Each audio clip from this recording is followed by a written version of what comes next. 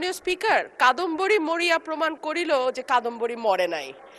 আমাদের তেলের দাম শেষমেশ বৃদ্ধি হইল মাননীয় স্পিকার, কিন্তু তার আগে আমরা দেখলাম কয়েক কিলোমিটার জুড়ে লম্বা লাইন। আমরা দেখলাম মাঝরাত পর্যন্ত ড্রাইভাররা দাঁড়িয়ে আছে, তারা তেল পাচ্ছে না, কিন্তু সরকারের সেই ব্যাপারে কোনো হেলদোল নাই। আশ্চর্য হয়ে লক্ষ্য করলাম মাননীয় স্পিকার, মন্ত্রীরা যখন সংসদে বক্তব্য দেন তখন তারা অবলীলায় বলেন বাংলাদেশে জ্বালানির কোনো ঘাটতি নাই, কিন্তু মাননীয় স্পিকার যখন তেল নিতে যায় তখন দেখা যায় 3 কিলোমিটার লম্বা লাইন। মাননীয় স্পিকার, সরকার সম্ভবত কিছু পদক্ষেপ গ্রহণ করবার ঘোষণা দিয়েছে। তার একটা হচ্ছে মার্কেট প্লেস 7টা বাজে বন্ধ করে দেয়া।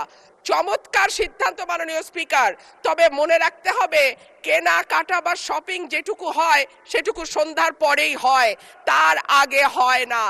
2 হইল অফিস আদালতের সময় বলে পরিবর্তন করবে।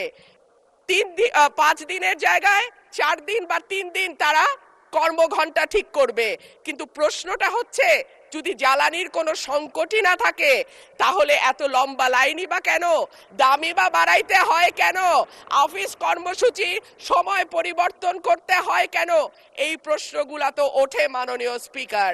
মাননীয় স্পিকার, আপনার মাধ্যমে এই সংসদের কাছে আমি জানতে চাই, জ্বালানি মন্ত্রীরা যখন গণমাধ্যমে কথা বলেন তখন মনে হয় বাংলাদেশে আল্লাহর রহমতে কোনো সংকট নাই।